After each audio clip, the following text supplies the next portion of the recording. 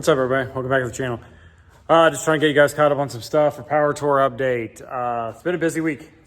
We've got, I've got a mess is what I've got. Stock radiator out of the C10, factory clutch fan, points distributor, fan shroud. I put a cold case, aluminum with like the cold case shroud with a 3200 CFM fan. But other than that, the barn is absolutely just a mess. So a bunch to do, update on the truck.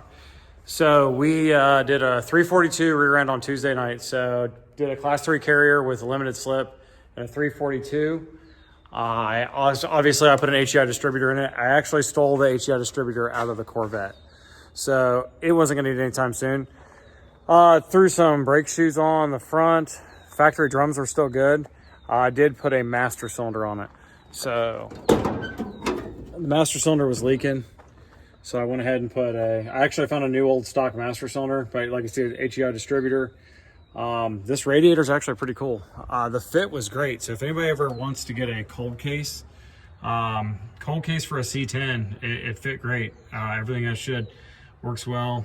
Just wired it on a relay earlier today, so it's good to go. But the biggest difference has been the electronic ignition. I think the plugs were a little fouled and like it cleaned everything right up, but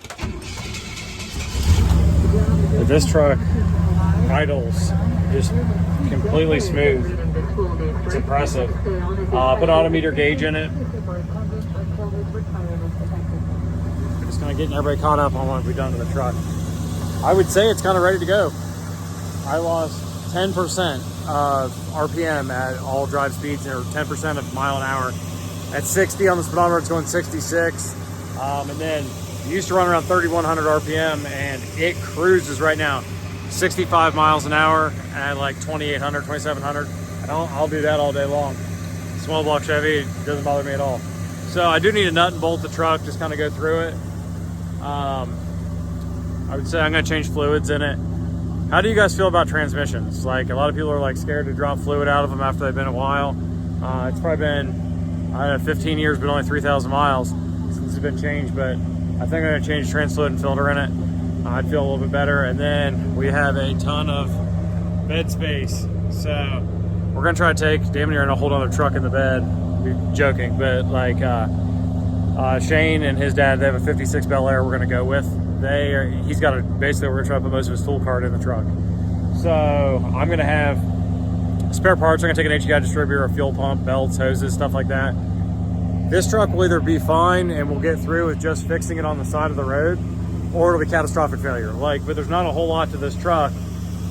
I mean, that really can't be done on the side of the road for most part. But I got a set of wheel bearings, got another wheel cylinder, I got a drum.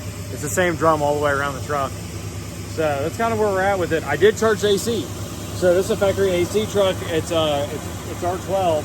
I backed it out, put 34 in it, 134, and it's got cold air. It does. So I don't know if it's going to overheat with the air on. Like, we'll play with it, but it will be nice to be able to roll up the windows going down the highway and actually get a little bit of relief from the wind. So if the air conditioning works, I think that'll be great, just to be able to drive it during the day, roll the windows up, and actually get a little bit of break with some AC. But I mean, the truck idles just great. It really does. So I've made a video for a while. I just want to get everybody up to speed with what's going on, the updates.